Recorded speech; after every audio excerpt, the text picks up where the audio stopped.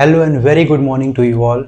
और स्वागत है आपका मैथ मास्टर्स यूट्यूब चैनल में। और आज थर्ड लेक्चर होने वाला है क्लास 10th फर्स्ट चैप्टर का, जो कि रियल नंबर्स है। पहले दो लेक्चर्स हो चुके हैं और ये आज का जो लेक्चर है ये लास्ट लेक्चर भी होगा फर्स्ट चैप्टर के लिए, जो कि रियल नंबर है।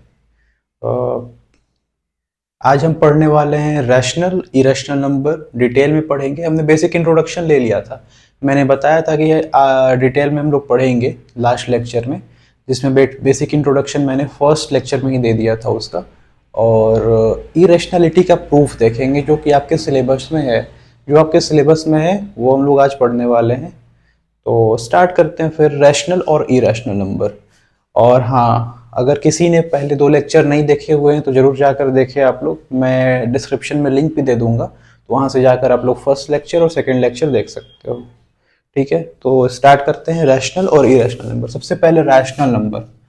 रैशनल नंबर इंट्रोडक्शन तो मैंने दिया ही था, आज थोड़ा सा अच्छे से डिटेल में समझते हैं रैशनल नंबर और इरेशनल नंबर को। जो आप लोग रैशनल नंबर को पिछले दो क्लास से पढ़ते आ रहे हो, क्लास 8 में भी पढ़ा था और क्लास 9th के अंदर भी पढ़ा हुआ था। 10th में भी बेसिकली हमें इरेशनल नंबर पे ज़्यादा फोकस करना है, पर उसके लिए पहले रैशनल समझते हैं। तो रैशनल नंबर क्या होता है कि जो नंबर p बाई क्यू के फॉर्म पे लिखे जा सकते हैं, इसको डिनोट करते हैं कैपिटल क्यू से। रैशनल नंबर को p बाई क्यू के फॉर्म पे लिखे जा सकते हैं। यहाँ पे p और q दोनों इंटीजर होते हैं। इंटीजर को मैं z से रिप्रेजेंट कर रहा हूँ। p और q दोनों इंटीजर होते हैं और q not equal to zero होता है, यानी कि जीरो के इक्वल नहीं होता है। कोई भी नंबर ले लो आप, 2/5 ले लो, ये क्या है? एक रैशनल नंबर है, क्योंकि ये दोनों इंटीजर है और ये जीरो के इक्वल नहीं है। आप 3 ले लो, ये भी क्या है? रैशनल नंबर है। क्यों? क्योंकि 3/1 लिख सकते हैं इसको। तो जितने इंटीजर्स होते हैं, मैं बताना ये चाहता हूँ, जितने इंटीजर्स होते हैं आपके, सारे इंटीजर्स जो है रैशनल नंबर्स होते हैं। जैसे कि आप जीरो ले लो, जीरो को भी मैंने बताया था कि एक रैशनल नंबर होता है, क्योंकि 0/1 या फिर 0/2 या फिर 0 कुछ भी लिख सकते हैं, तो वैल्यू जीरो आती है उसकी। तो पी और क्यू दोनों इंटीजर है और क्यू जीरो के इक्वल नहीं है, तो यहाँ पे ये भी एक रैशनल नंबर होगा। तो सारे इंटीजर्स जो हैं वो रैशनल नंबर्स होते हैं। और ये जो फ्रैक्शनल फॉर्म में नंबर लिखे जाते हैं ये भी रैशनल नंबर होते हैं। अच्छा ठीक है, अगर मैं कोई नंबर ऐसे लिख दूं 2/1.5, क्या ये रैशनल नंबर है? तो आप लोग बोलोगे कि ये तो इंटीजर है, लेकिन ये इंटीजर नहीं है, ये इंटीजर नहीं है, तो बोलेंगे कि ये रैशनल नंबर नहीं है। पर ऐसा कहना गलत हो जाएगा, क्योंकि ये भी एक रैशनल नंबर है। कैसे रैशनल नंबर है? यहाँ पे नीचे लिखा हुआ है 1.5 डिनोमिनेटर में, अगर इसको आप 10 से मल्टीप्लाई करो और इसको भी आप 10 से मल्टीप्लाई करो, तो आप लोग लिख सकते हो 20/15।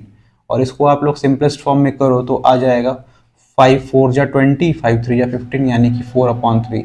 यानी कि ये 2/1.5 को आप लोग 4/3 भी लिखा जा सकता है, इजिली लिखा जा सकता है।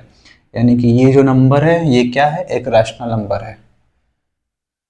जैसे कोई नंबर डेसिमल में लिख दो 4.6, क्या ये रैशनल नंबर है? बिल्कुल रैशनल नंबर है। इसको लिख सकते हैं 46/10 और फिर सिंपलेस्ट फॉर्म में कर सकते हैं, तो ये भी एक रैशनल नंबर है, p/q के फॉर्म पे हो जाएगा।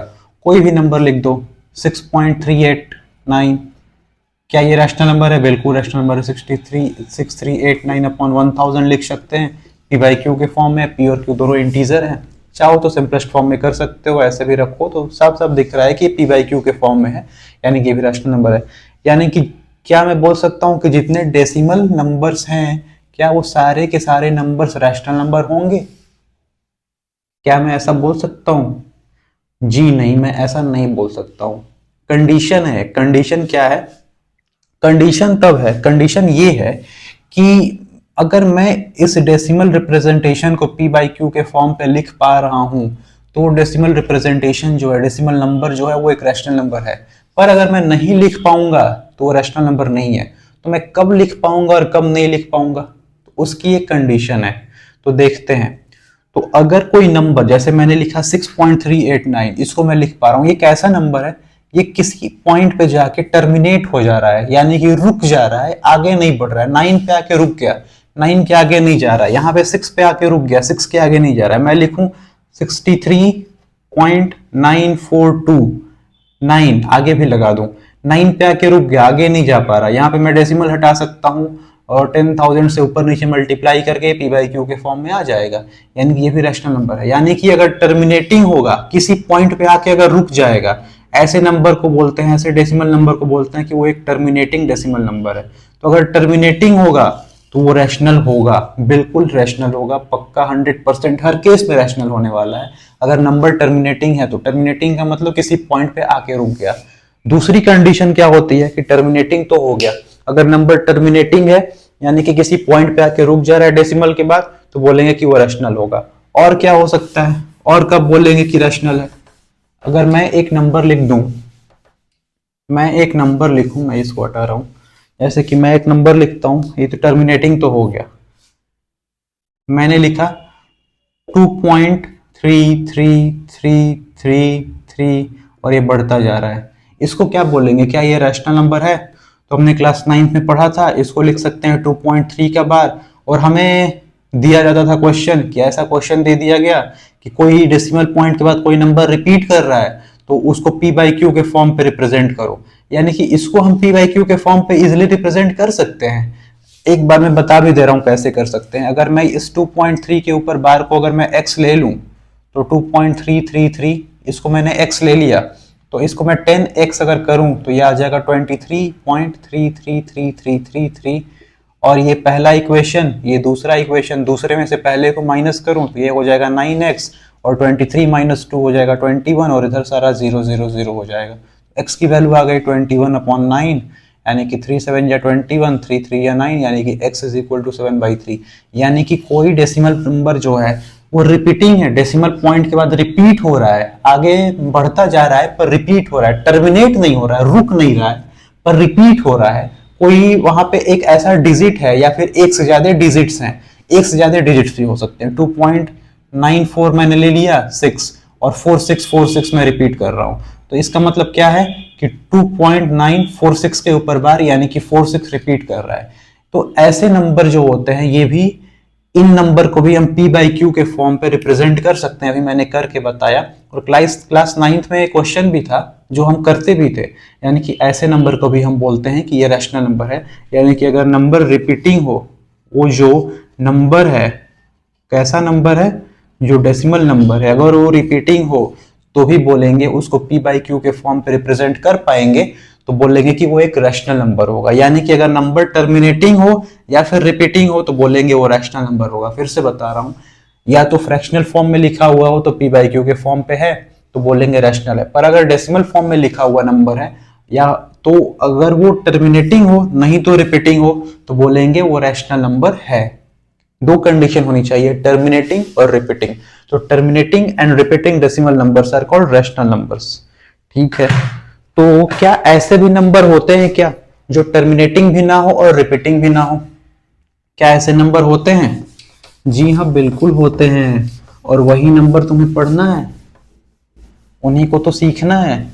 वो ऐसे नंबर क्या होते हैं आपको पता है, आपने पढ़ा हुआ है। ये जो फर्स्ट चैप्टर है ना, बेसिक रिवीजन है, कुछ कुछ नई नई चीजें हैं बस, पर बहुत सारी चीजें पुरानी हैं जो आपने क्लास 9th और 8th में पढ़ी हुई हैं।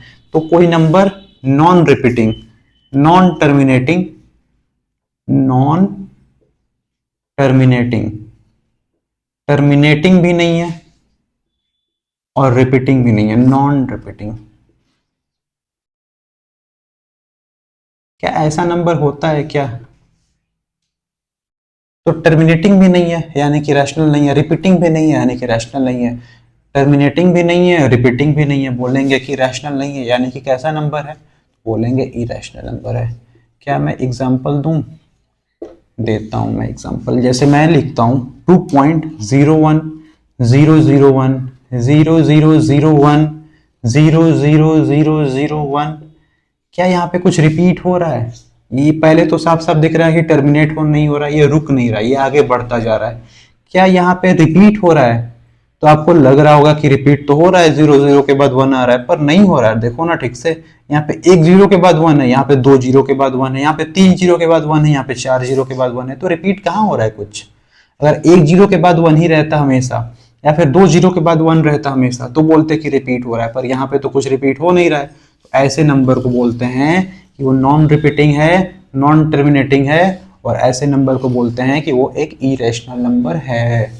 और यही इरेशनलिटी, कोई नंबर जो इरेशनल होता है वो इरेशनल, आपके जो सिलेबस में है इरेशनलिटी का प्रूफ, वो है √2, √3 और √5 की प्रूफ करो कि ये जो नंबर है ये इरेशनल है, इनको प्रूफ करके दिखाना है। सबसे पहले तो ये सीख लेते हैं, ये जान लेते हैं कि क्या ये इरेशनल नंबर है। तो जी हाँ, बिल्कुल ये इरेशनल नंबर है। √2, √3, √5, ऐसे √6 में बोल दूँ, √7 बोल दूँ, ये सारे के सारे जो नंबर्स हैं ये इरेशनल नंबर्स हैं। कब ये इरेशनल होंगे? क्योंकि इनका जब हम स्क्वायर रूट निकालेंगे ना, इनका जब हम स्क्वायर रूट निकालते हैं तो ये जो नंबर आता है डेसिमल फॉर्म में आता है, ये नॉन रिपीटिंग नॉन टर्मिनेटिंग आता है, तो बोलते हैं कि ये एक इरेशनल नंबर है। तो यहाँ पे एक चीज मैं बताना चाहता हूँ कि ये जैसे कि मैंने लिख दिया √4, तो यहाँ पे तो इसकी वैल्यू आ गई 2, और 2 क्या है? एक टर्मिनेटिंग नंबर है, यानी कि डेसिमल के बाद तो कुछ है ही नहीं, तो ये एक रैशनल नंबर है। रैशनल को Q से रिप्रेजेंट कर रहा हूं मैं, और इरेशनल को I से, कैपिटल I से रिप्रेजेंट कर रहा हूं मैं, तो वो तो एक रैशनल हो गया। तो कब रैशनल होगा, कब इरेशनल होगा? रूट के अंदर कभी इरेशनल भी हो जा रहा है, कभी इरेशनल भी हो जा रहा है, तो रैशनल कब होगा, इरेशनल कब होगा? तो अगर रूट के अंदर कोई परफेक्ट स्क्वायर नंबर है, जैसे कि 4 हो गया, कोई परफेक्ट स्क्वायर नंबर जैसे कि 16 हो गया, जैसे कि 9 हो गया, जैसे कि 25 हो गया, ये परफेक्ट स्क्वायर नंबर्स है। अगर रूट के अंदर ऐसे नंबर्स हैं तो वो रैशनल होगा। अगर रूट के अंदर पॉजिटिव इंटीजर है और वो परफेक्ट स्क्वायर नहीं है, 2 परफेक्ट स्क्वायर नहीं है, किसी का स्क्वायर नहीं होता है, 3 परफेक्ट स्क्वायर नहीं है, 5 परफेक्ट स्क्वायर नहीं है, पॉजिटिव इंटीजर है पर परफेक्ट स्क्वायर नहीं है, तो ये सारे के सारे जो नंबर इस फॉर्म में लिखे जाते हैं रूट के अंदर, ये सब इरेशनल नंबर होते हैं। जैसे मैं लिख दूं √10, 10 परफेक्ट स्क्वायर नहीं है, रूट के अंदर है, ये एक इरेशनल नंबर होगा। मैं लिख दूं √11, 11 परफेक्ट स्क्वायर नहीं है, रूट के अंदर है, मैं बोलूंगा ये भी एक इरेशनल नंबर होगा। मैं लिख दूं √12, जी हाँ बिल्कुल ये भी एक इरेशनल नंबर होगा। ये सारे नंबर्स जो हैं इरेशनल नंबर्स हैं, ठीक है। तो इन्हीं का प्रूफ हमें देखना है और करना है। पूछा जा रहा है, हर बार एग्जाम में पूछा जाता है, इनमें से कोई एक दो बार से तो यही पूछा जा रहा है कि प्रूफ करो कि √5 एक इरेशनल नंबर है। बोर्ड एग्जाम में आपके पूछा जा रहा है, तो अभी हम इसका प्रूफ देखेंगे, पर उसके पहले मैं आपसे कुछ पूछना चाहता हूँ। आप लोग वीडियो को पॉज करके एक बार सोचना, उसके बाद फिर मेरा एक्सप्लेनेशन देखना।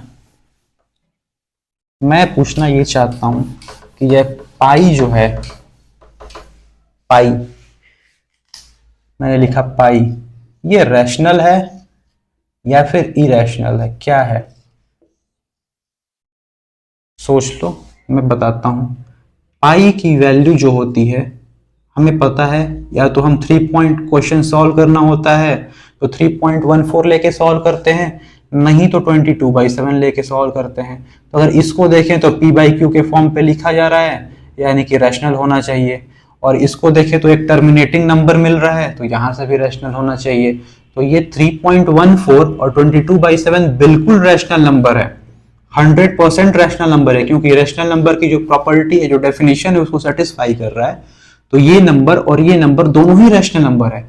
पर पाई एक रैशनल नंबर नहीं है, पाई एक इरेशनल नंबर है। क्यों पाई एक इरेशनल नंबर है? क्योंकि पाई की जो एग्जैक्ट वैल्यू है वो ये नहीं होती है, ये अप्रॉक्सीमेट वैल्यू हम ले लेते हैं कि 22/7 और 3.14। पाई की जो एग्जैक्ट वैल्यू होती है वो 3.14 एंड समथिंग समथिंग आगे बढ़ती जाती है, ना ही टर्मिनेट होती है ना ही रिपीट होती है। तो नॉन टर्मिनेटिंग नॉन रिपीटिंग एक नंबर मिलता है हमें ये पाई, इसीलिए हम बोलते हैं कि पाई जो है एक इरेशनल नंबर है, इरेशनल नंबर है। तो पाई इरेशनल नंबर है, पर 3.14 और 22/7 एक रैशनल नंबर है, क्योंकि ये पाई की एग्जैक्ट वैल्यू नहीं है, ठीक है। उम्मीद है आपको समझ में आ रहा होगा, कुछ विशेष तो है नहीं, बहुत ही ईजी है, पढ़ा हुआ है क्लास 9th में, ये मैंने बताया हुआ है क्लास 9th में भी। तो अब देखते हैं आगे, आगे बढ़ते हैं, और जो हमें आगे पढ़ना है उसको देखते हैं। और आगे हमें पढ़ना है इरेशनैलिटी का प्रूफ, प्रूफ ऑफ इरेशनैलिटी। इसको मैं चेंज करता हूं और लिखता हूं प्रूफ ऑफ इरेशनैलिटी, और इससे क्वेश्चन पक्का आने वाला है आपके एग्जाम में, हर बार पूछा जाता है, इस बार भी आएगा। प्रूफ ऑफ इरेशनैलिटी, इरेशनैलिटी का प्रूफ। जैसे कि एग्जाम्पल के तौर पे मैं बोलूं कि √2 एक परफेक्ट स्क्वायर नहीं है, रूट के अंदर है, तो क्या होगा? एक इरेशनल नंबर होगा। तो प्रूव करो कि √2 एक इरेशनल नंबर होगा, ऐसा क्वेश्चन आता है। तो ठीक है, तो कैसे प्रूफ करेंगे वो मैं बताने जा रहा हूं। देखो आप लोग, तो √2 को मैं मान लूंगा कि इसको हम कॉन्ट्राडिक्शन मेथड से प्रूफ करते हैं। कॉन्ट्राडिक्शन मेथड क्या होता है कि जो हमें प्रूफ करना होता है कि तो हम मान लेते हैं कि वो नहीं है। जैसे कि इरेशनल प्रूफ करना है तो मान लेंगे हम कि ये इरेशनल नंबर नहीं है। तो अगर इरेशनल नहीं है तो क्या है, तो जो इरेशनल नहीं होगा वो रैशनल होगा। तो √2 को मान लेंगे हम एक रैशनल नंबर है। Let √2 be a rational number, मान लेंगे कि √2 हमारा एक रैशनल नंबर है। अगर √2 रैशनल नंबर है तो इसको p/q के फॉर्म पे लिख पाएंगे। मान लेते हैं, मैं बोलता हूं कि इसको मैं लिख देता हूं a/b के फॉर्म पे, वही p/q या फिर a/b के फॉर्म पे, फ्रैक्शनल फॉर्म में मैंने लिख दिया। यहाँ पे p और q, a और b क्या है, पॉजिटिव इंटीजर है और b 0 के इक्वल नहीं है। अगर मैं इसको a/b के फॉर्म पे लिखता हूं, a और b जो है पॉजिटिव इंटीजर है, यानी कि a/b जो होगा एक सिंपलेस्ट फॉर्म में होगा। किसी नंबर को आप a/b के फॉर्म पे लिखते हो तो सिंपलेस्ट फॉर्म पे ही तो लिखते हो, तो a/b अपने सिंपलेस्ट फॉर्म में होगा। यानी कि अब ये कटेगा नहीं किसी नंबर से, या फिर और सिंप्लीफाई नहीं होगा। जैसे कि मैं लिखता हूँ 4/6 तो ये कट जाएगा, 2/3 आ जाएगा 2 से, तो ये सिंपलेस्ट फॉर्म में नहीं हुआ। लेकिन अगर मैं लिखूं 2/3 तो ये एक सिंपलेस्ट फॉर्म में है, अब ये कटने वाला नहीं है किसी से। ठीक है, तो 2/3 को आप लोग एक बार देखो, 2/3 अपने सिंपलेस्ट फॉर्म में है, यानी कि इनका कोई कॉमन फैक्टर नहीं होगा। कॉमन फैक्टर नहीं होगा यानी कि इनका जो HCF होगा वो 1 होगा, और ऐसे नंबर जिनका HCF 1 होता है उनको बोलते हैं को प्राइम है। ऐसे दो नंबर जिनका HCF 1 होता है, कोई और कॉमन फैक्टर नहीं होता है, ऐसे दो नंबर को बोलते हैं कि वो को प्राइम है। यानी कि मैंने √2 को a/b के फॉर्म में लिखा है और a और b सिंपलेस्ट फॉर्म में है, यानी कि a और b क्या है, को प्राइम है। कहने का मतलब इनका HCF जो है 1 है, यानी कि इनका कोई कॉमन फैक्टर नहीं है। ऐसा मैं मान के चल रहा हूं कि मैंने माना हुआ है कि √2 जो है एक रैशनल नंबर है। ठीक है, अब मैं क्या करूंगा, अब इसका प्रूफ देखते हैं आगे। अब मैं क्या करूंगा, दोनों साइड स्क्वायर कर दूंगा, और दोनों साइड में स्क्वायर करूं तो मैं लिखूंगा, आप लोग लिख लेना यहाँ पे स्क्वायरिंग बोथ साइड्स। तो यहाँ पे आएगा 2 is equal to a² upon b²। तो मैं लिख सकता हूँ a² is equal to 2b²। ठीक है, b² को मैंने इधर भेज दिया। यहां से दिख रहा है कि 2 जो है a² का फैक्टर है, यानी कि 2 a² को डिवाइड कर रहा है। अरे भाई, a² को मैंने लिखा है 2 इंटू समथिंग, 2 इंटू समथिंग, यानी कि 2 में मैं किसी नंबर को मल्टीप्लाई कर रहा हूं तो a² आ रहा है, यानी कि a² 2 के टेबल में आता है, यानी कि 2 जो है a² को डिवाइड कर रहा है, यानी कि 2 जो है a² का फैक्टर है। तो मैं लिख सकता हूं 2 डिवाइड्स a², 2 डिवाइड्स a²। तो कोई नंबर a² को डिवाइड कर रहा है। फॉर एग्जाम्पल, जैसे कि मैं लिखूं 4 का स्क्वायर, इसको 2 डिवाइड करेगा। कोई नंबर 4 के स्क्वायर को डिवाइड कर रहा है, यानी कि 4/4 को भी डिवाइड कर रहा है। कब डिवाइड करेगा, जब ये 4 को करेगा तभी तो 4² को करेगा, 4 को डिवाइड करेगा तभी तो 4 इंटू 4 को डिवाइड करेगा। यानी कि अगर 2 a² को डिवाइड कर रहा है तो इसका मतलब ये है कि 2 जो है a को भी डिवाइड करेगा, 2 डिवाइड्स a ऑल्सो। ठीक है, तो 2 जो हो गया a का फैक्टर हो गया, यहां से ये निकल के आया। ठीक है, अब आगे बढ़ते हैं। अगर 2 जो है a का फैक्टर है तो क्या मैं अब यहाँ पे मैं लिखता हूं, ये मान लेते हैं पहला इक्वेशन नहीं है ये, मैंने एक स्टेटमेंट लिखा है जो कि फर्स्ट स्टेटमेंट है, 2 डिवाइड्स a। तो मैं बोलता हूं कि 2 जो है a को डिवाइड कर रहा है, यानी कि 2 a का फैक्टर है। तो 2 a का फैक्टर है तो मैं लिख सकता हूं a is equal to 2c, 2 into something, c भी एनी पॉजिटिव इंटीजर, c जो है कोई भी एक पॉजिटिव इंटीजर है z+। ठीक है, तो a को मैंने लिख दिया 2 इंटू समथिंग यानी कि 2c। अब इसको मैं दोनों साइड स्क्वायर करूं तो ये आ जाएगा a² is equal to 4c²। और a² की वैल्यू कितनी है, a² की वैल्यू 2b² है, तो यहाँ पे मैं a² की जगह पे लिख सकता हूँ 2b² is equal to 4c²। अब ये 2 से 4 कैंसिल होगा 2 टाइम्स में, तो b² की वैल्यू आ गई 2c²। यहां से फिर से मिल गया कि 2 में मैं किसी नंबर को मल्टीप्लाई कर रहा हूं c² को, तो मुझे b² मिल रहा है, यानी कि 2 डिवाइड करेगा b² को जैसे कि 2 डिवाइड कर रहा था a² को। तो यहां से मिल रहा है 2 डिवाइड्स b²। तो इसका मतलब क्या है, इसका मतलब ये है कि 2 डिवाइड्स b, 2 जो है b को भी डिवाइड करेगा। इससे क्या पता चला, इससे ये पता चला कि ये स्टेटमेंट को मान लेता हूं मैं सेकेंड स्टेटमेंट है, तो from first and second statement क्या पता चला कि 2a को भी डिवाइड कर रहा है, 2b को भी डिवाइड कर रहा है, यानी कि 2a का भी फैक्टर है और 2b का भी फैक्टर है, यानी कि 2 जो है कॉमन फैक्टर है a और b का। तो from first and second we get 2 is the common factor of both a and b। 2 है कॉमन फैक्टर दोनों a और b का। और हमने क्या लिया था, हमने तो लिया था कि a और b सिंपलेस्ट फॉर्म में है, a और b को प्राइम है, और यहां से 2 कॉमन फैक्टर निकल गया a और b का, यानी कि कुछ ना कुछ कॉन्ट्राडिक्शन है यहाँ पे, यानी कि जो हम मान के चले थे वो गलत है। गलत है इसका मतलब 2 जो है एक रैशनल नंबर नहीं होगा, इसका मतलब 2 जो है एक इरेशनल नंबर होगा। ये आपको यहाँ पे लिखना होगा, यहाँ पे लिखना होगा therefore our assumption is wrong या फिर our supposition is wrong, so 2 is not an irrational number, 2 is an irrational number। ये आपका प्रूफ है। ऐसे आपको क्वेश्चन को सॉल्व करना होगा एग्जाम में अगर आएगा तो। अगर यहाँ पे √2 की जगह पे मैं √3 बोल दूं तो भी आपको ऐसे ही करना होगा। तो √3 आप लोग खुद से ट्राई करना। √5 मैं एक बार और बताता हूँ कि एक बार रिवाइज हो जाए। जैसे कि √2 है वैसे √3 है वैसे √5 है। तो मैं √5 फिर से बताने जा रहा हूँ, मैं इसको हटा रहा हूँ, इसके बाद मैं √5 बताऊंगा, √3 आप लोग खुद से ट्राई करोगे। ऐसे ही होगा सेम प्रोसेस से √3 भी होने वाला है। ठीक है, रैशनल एज्यूम कर लेंगे और उसके बाद दिखा देंगे कि कुछ ना कुछ कॉन्ट्राडिक्शन है, यानी कि रैशनल नहीं होगा, यानी कि इरेशनल होगा। तो मैं बोलता हूं कि √5 को प्रूफ करो कि वो एक इरेशनल नंबर है, तो मैं मान लूंगा कि √5 एक रैशनल नंबर है। तो मैं √5 को लिख सकता हूँ a बाई b के फॉर्म में। यहाँ पे a और b अपने सिंपलेस्ट फॉर्म में है, यानी कि को प्राइम है, HCF1 है। जैसे कि मैंने √2 को लिया तो दोनों साइड स्क्वायर करूंगा, यहाँ पे आ जाएगा 5 is equal to a square upon b square. यहाँ से 5b स्क्वायर जो हो जाएगा a स्क्वायर हो जाएगा, यानी कि 5 जो है a का फैक्टर है, यानी कि 5 जो है a को डिवाइड कर रहा है, b को सॉरी 5 जो है a स्क्वायर को डिवाइड कर रहा है, तो 5 जो है डिवाइड करेगा a को भी। यहाँ से पहला स्टेटमेंट आ गया। और 5 जो है अगर a को डिवाइड कर रहा है तो मैं a को लिख सकता हूँ 5 into some positive integer c। 5 में कुछ मैं मल्टीप्लाई करूंगा तो a आएगा ही, क्योंकि 5 a को डिवाइड कर रहा है।